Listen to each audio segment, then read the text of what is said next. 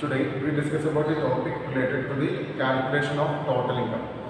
It is also called taxable income. നമുക്ക് എങ്ങനെയാണ് ഒരു ഇൻഡിവിജ്വൽ അസസി ടാക്സ് കൊടുക്കേണ്ടത്, അതല്ലെങ്കിൽ അയാൾ എങ്ങനെയാണ് ടാക്സ് കാൽക്കുലേറ്റ് ചെയ്യേണ്ടത് എന്നുള്ളതാണ് ഈ ഒരു ടോപ്പിക്കിൽ നമ്മൾ ഡിസ്കസ് ചെയ്യുന്നത്. അപ്പോൾ ആദ്യമായിട്ട് നമുക്ക് വേണ്ടത് ഈ അസസിയുടെ ഏതൊക്കെ ഇൻകംസ് ഉണ്ട് എന്നുള്ളത് അറിയണം. ഈ ഇൻകംസിനെ നമ്മൾ ഗ്രോസ് ടോട്ടൽ ഇൻകം എന്നാണ് പറയുക. That means it is the total of income under 5 heads. അതായത് ആ 5 ഹെഡുകളിലൂടെ കിട്ടുന്ന ഇൻകത്തിൻ്റെ ടോട്ടലിനെയാണ് നമ്മൾ ഗ്രോസ് ടോട്ടൽ ഇൻകം എന്ന് പറയുക. അതായത് income from salary, income from house property, income from capital gain, income from business of profession and income from other source. Other source എന്ന് പറയുമ്പോൾ it is N irregular in natural ആണ്. അതായത് നമുക്കൊരിക്കലും പ്രതീക്ഷിക്കാതെ unexpected ആയിട്ട് കിട്ടുന്ന ഇൻകത്തിനെയാണ് നമ്മൾ ഇൻകം അണ്ടർ അതർ സോഴ്സ് എന്ന് പറയുന്നത്. അപ്പോൾ ഈ ഒരു 5 ഹെഡുകളിലൂടെ കിട്ടുന്ന ഇൻകത്തിൻ്റെ കൂടെ നമ്മൾ clubbing of income. Clubbing of income എന്ന് പറഞ്ഞു കഴിഞ്ഞാൽ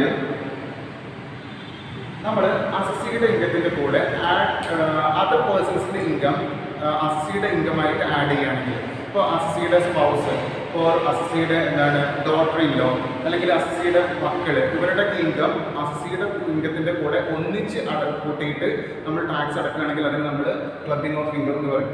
that means other person's income added to the assessee's income. Then അതിൻ്റെ കൂടെ നമ്മൾ ആഡ് ചെയ്യുന്ന ഒരു ഐറ്റമാണ് deemed income എന്ന് പറയുന്നത്. Deemed income means the unexplained source of income എന്നാണ് പറയുന്നത്. അതായത് നമുക്ക് ഇതിൻ്റെ സോഴ്സ് എവിടെ നിന്നാണെന്ന് കാണിക്കാൻ പറ്റാത്ത ഇൻകത്തിനെയാണ് ഡീംഡ് ഇൻകം എന്ന് പറയുന്നത്. അപ്പോൾ അതിൽ നമുക്ക് എക്സാമ്പിൾ ആയിട്ട് പറഞ്ഞെങ്കിൽ ക്യാഷ് ക്രെഡിറ്റ്. അപ്പോൾ നമ്മുടെ കയ്യിൽ കുറേ ക്യാഷ് ഉണ്ട്, ഇത് എവിടെ നിന്നാണ് കിട്ടിയെന്ന് നമുക്കറിയില്ല. അതായത് നമ്മൾ മലയാളത്തിൽ പറയുകയാണെങ്കിൽ നമ്മൾ കള്ളപ്പണം എന്ന് പറയാറുണ്ട്. അതുപോലെ നമ്മുടെ ഹുണ്ടീസ് നമ്മൾ കേട്ടിട്ടുണ്ടാകും, ഈ കുഴൽ പണം, അല്ലെങ്കിൽ നമുക്ക് സോഴ്സുകൾ കാണിക്കാൻ പറ്റാത്ത എന്തൊരു ഇൻകം ഉണ്ടോ നമ്മൾ സ്ഥലത്തിലോ എവിടെ ഇൻവെസ്റ്റ് ചെയ്തിട്ടുണ്ടെങ്കിലോ അതിന് നമ്മൾ ഡീംഡ് ഇൻകം എന്നാണ് പറയുക. അപ്പോൾ ഈ ഇൻകം ആഡ് ചെയ്യുമ്പോഴാണ് നമുക്ക് യഥാർത്ഥത്തിൽ നമ്മുടെ ഗ്രോസ് ടോട്ടൽ ഇൻകം എന്ന് പറയുന്നത്. അപ്പോൾ ഈ ഗ്രോസ് ടോട്ടൽ ഇൻകത്തിൽ നിന്ന് നമുക്ക് കുറേ ഡിഡക്ഷൻസ് ഉണ്ട്. ഡിഡക്ഷൻസ് അണ്ടർ സെക്ഷൻ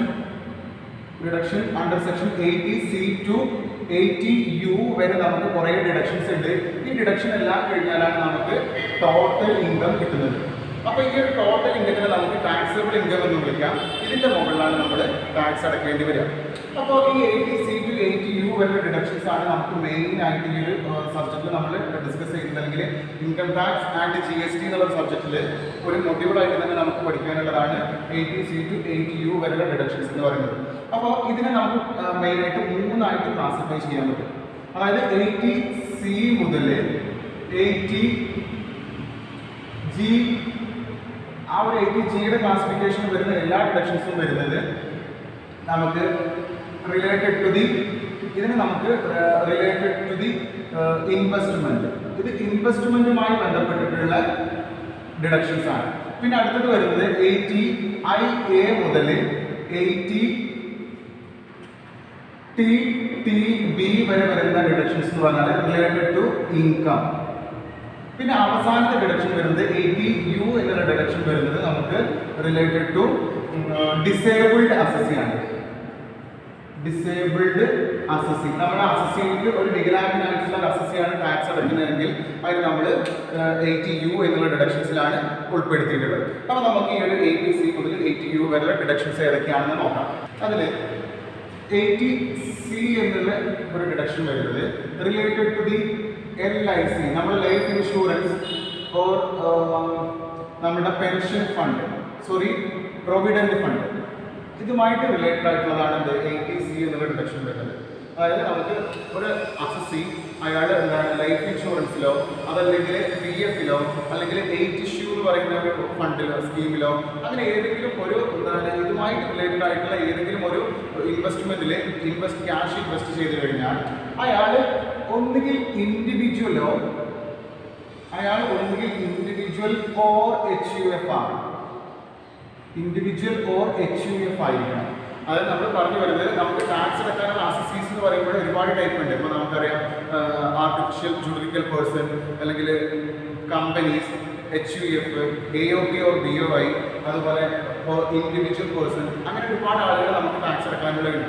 അപ്പോൾ ഇതിൽ ഇൻഡിവിജ്വലിനും HUFനും മാത്രമേ ഈ 80C എന്നുള്ള ഡിഡക്ഷൻസ് കിട്ടുള്ളൂ. അപ്പോൾ എത്ര വരെ ഡിഡക്ഷൻ കിട്ടും? maximum of 1,50,000. 1,50,000 ആണ് മാക്സിമം ഡിഡക്ഷൻ എന്ന് പറയുന്നത്. അപ്പോൾ ഇതിന് ശേഷം അടുത്ത ഡിഡക്ഷൻ വരുന്നത് 80CCC ആണ്. 80CCC എന്ന് പറയുമ്പോൾ പെൻഷൻ ഫണ്ടുമായിട്ട് റിലേറ്റഡ് ആണ്. പെൻഷൻ ഫണ്ട്, അതായത് ഇൻവെസ്റ്റ്മെന്റ് ഇൻ പെൻഷൻ ഫണ്ട്. ഏത് ടൈപ്പ് പെൻഷൻ ഫണ്ട് ആയിക്കോട്ടെ, അതിൽ നമ്മൾ ഇൻവെസ്റ്റ് ചെയ്യുകയാണെങ്കിൽ ഇതും ഡിഡക്ഷൻ കിട്ടുന്നത് ഒന്നുകിൽ ഇൻഡിവിജ്വലിനോ അല്ലെങ്കിൽ HVFനോ മാത്രമേ ഈ ഡിഡക്ഷൻ കിട്ടുള്ളൂ. ഇതും മാക്സിമം എന്ന് പറഞ്ഞത് 1,50,000 തന്നെയാണ്. 1,50,000 തന്നെയാണ് മാക്സിമം ഡിഡക്ഷൻ എന്ന് പറയുന്നത്. അടുത്തത് ഡിഡക്ഷൻ വരുന്നത് 80CCC തന്നെയാണ്. ഇതും പെൻഷൻ ഫണ്ട് തന്നെയാണ്. സോറി, CCD, ഇതും പെൻഷൻ ഫണ്ട് തന്നെയാണ്. പക്ഷെ അപ്പോൾ നമുക്കൊരു ഡൗട്ട് തോന്നും, 80CCCയും 80CCDയും പെൻഷൻ ഫണ്ടാണ്. അപ്പോൾ എന്താ പറയുക ഡിഫറൻസ് ഉള്ളത്? അപ്പോൾ CCD ആവണമെന്നുണ്ടെങ്കിൽ അത് ഗവൺമെന്റ് പെൻഷൻ ഫണ്ട് ആയിരിക്കണം. അതാണ് ഇതിന്റെ പ്രത്യേകത. ഈ പെൻഷൻ ഫണ്ടിന് നമ്മൾ അഗെയിൻ ഡിവൈഡഡ് ഇൻടു 3. CCD1 എന്നും CCD2 എന്നും ക്ലാസിഫൈ ചെയ്യുന്നുണ്ട്.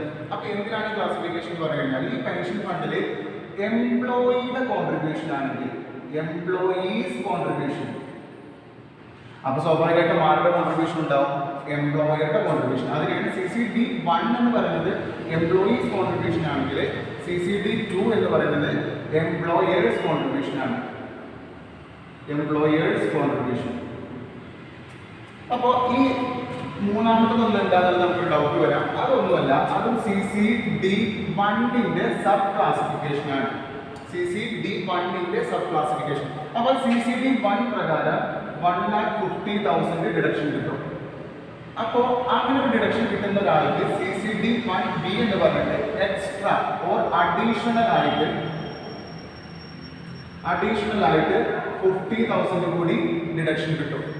അപ്പോൾ സ്വാഭാവികമായിട്ടും എംപ്ലോയേഴ്സ് കോൺട്രിബ്യൂഷൻ ആണെങ്കിൽ എംപ്ലോയേഴ്സ് കോൺട്രിബ്യൂഷനും അത് 1,50,000 തന്നെയാണ്. ഡിഡക്ഷൻ ഇങ്ങനെയാണ് വരിക.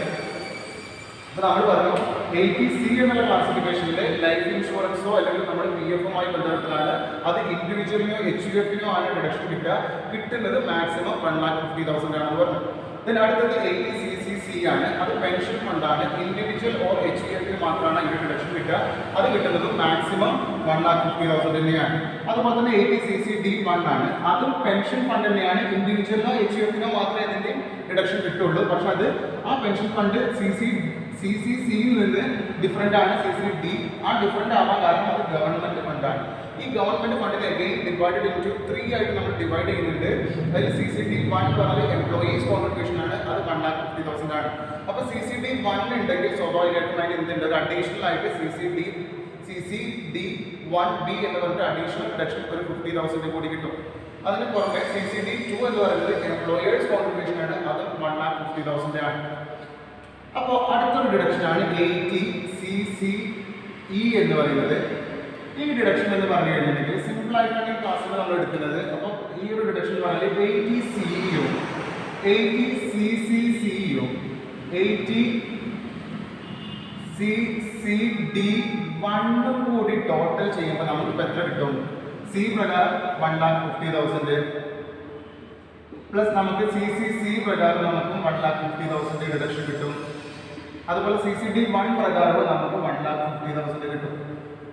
പക്ഷേ ഈ CCCE എന്ന് പറയുന്ന ഡിഡക്ഷൻ പറയുന്നത് ഇത് മാക്സിമം ടോട്ടൽ ചെയ്യുമ്പോൾ 1,50,000 വരാൻ പാടുള്ളൂ.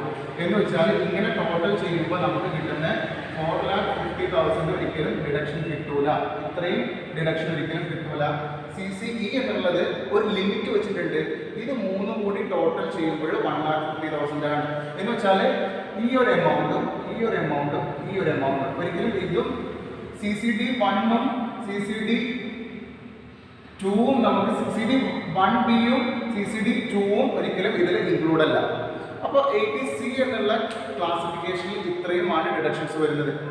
നെക്സ്റ്റ് നമുക്ക് വരുന്നത് 80D എന്ന് പറയുന്ന ക്ലാസിഫിക്കേഷനാണ്.